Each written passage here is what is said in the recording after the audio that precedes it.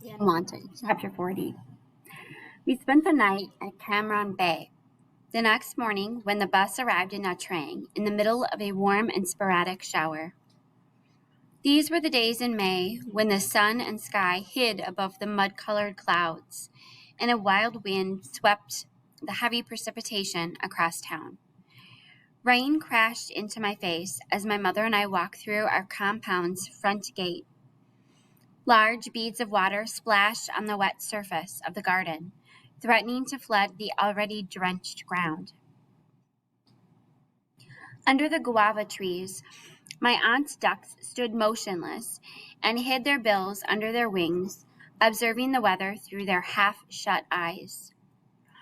Beneath the shutters of my bedroom window, a trail of busy termites found a dry and comfortable refuge. We entered our house through the back door. Dropping her sacks in the kitchen, my mother pulled a reed mat from her room and laid it in front of my dirty feet. From the doorway, my room seemed larger than usual. The armoire, the chest of drawers, and our beds had disappeared. As if to answer my thought, my mother said, "I had to raise money to bribe the officials for your release, so I sold everything." The rest of the family, seated in my grandfather's bedroom, didn't hear us come in because of the loud rain. The house was gloomy with little light penetrating the windows. My grandfather, stretched out on his mattress, seemed lost in his Buddha scriptures. A pipe hung forgotten at the corner of his mouth. His bed frame and my uncle's altar were also gone, leaving a faded imprint on the gray cement. The room was bare except for some of my grandmother's belongings. On her pillow lay the copper mortar and pestle she used to grind betel nuts with, and next to it was a basket of her garments. With his back turned to us, my brother was giving my grandfather a foot massage. A few paces away, my sister played with Lou, who was curled up beside her pillow. While one of her tiny hands kept him still by his collar, the other caressed the dog's fur and stroked the folds of his chin. Lou was the first to detect our presence. He sprang up from my sister's hold and barked, waving his tail. Jimmy ran towards us, pale from excitement. In the glimmering dimness, his face looked as if it were carved from marble. I embraced him, feeling his body quiver in my arms. My grandfather was first stunned, then overcome with happiness. He got up from his bed, reached out his hands, and beckoned for me to come over. "Thank heaven you are safe," he said, his voice thick with emotion. He shook his head in disbelief. "Come to Grandpa, my poor boy." As we sat down for lunch, my aunt entered the kitchen from the back steps. In just a few months, she had aged 10 years. Her face, thin and exhausted, appeared starker than usual. Even her hair, once long and thick, was now as lifeless and dull as a mane of horsehair. She narrowed her eyes, which were swollen from crying, and awkwardly said to me, "I am glad you made it home." She shifted her eyes to her feet. "Do me a favor, please. My daughter wants to see you." I looked up to my mother, who remained quiet, and stared at her bowl of rice. My grandfather patted my shoulder and said, "Go ahead, Kian. Moonlight has been waiting for you. Go and say goodbye to your cousin. Your mother and I will join you in about 15 minutes. My aunt covered her nose with a handkerchief and blew noisily. Obeying my grandfather's wish, I got up from the floor and followed her.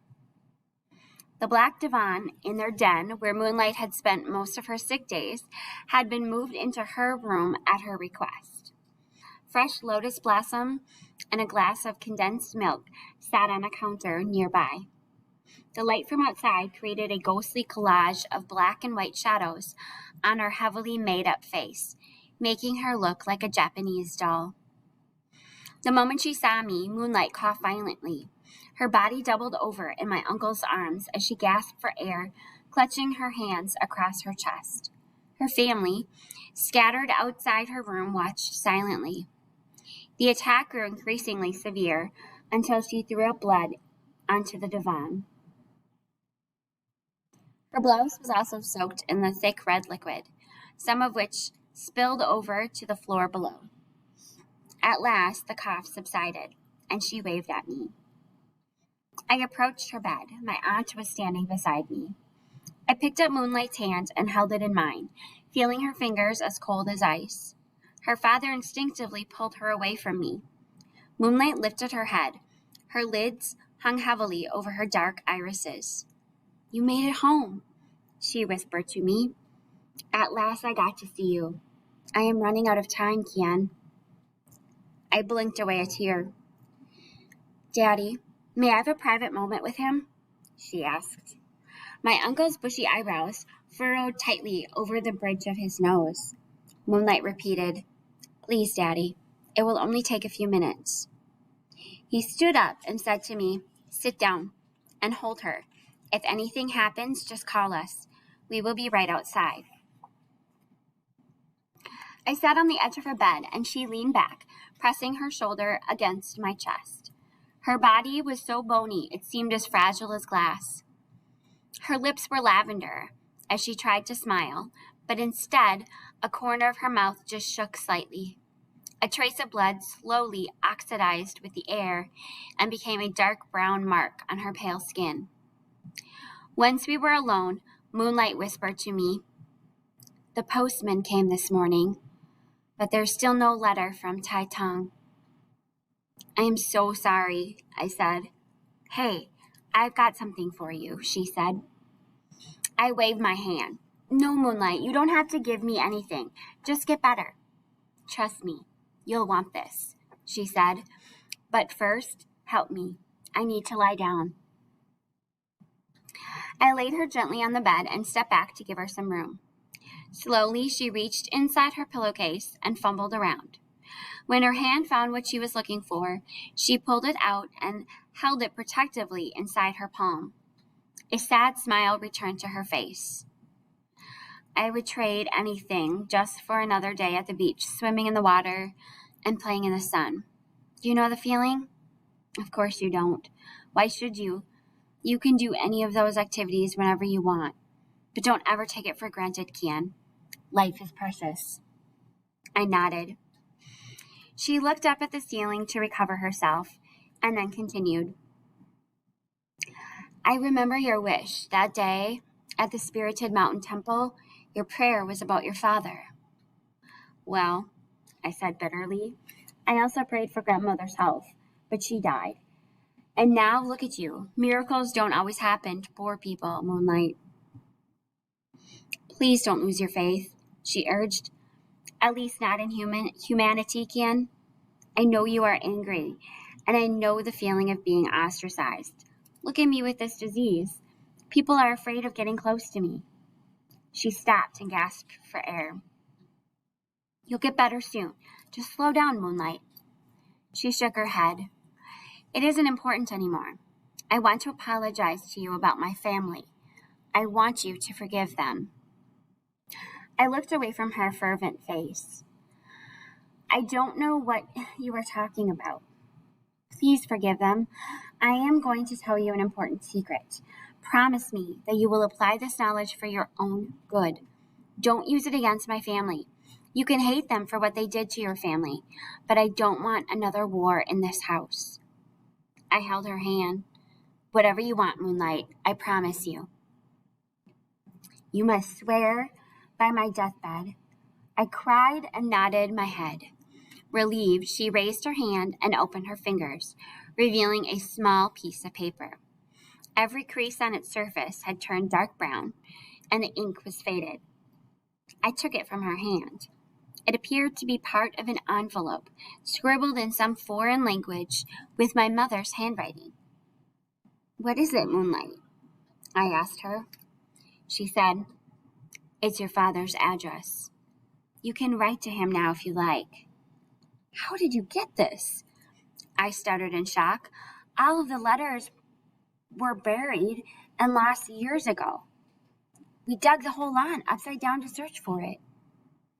Moonlight choked in her own fluid. Suddenly, her cheeks turned from pale to pink, then to crimson, but she soon collected herself and took in several deep breaths. My aunt stuck her head in to check, but Moonlight waved her away.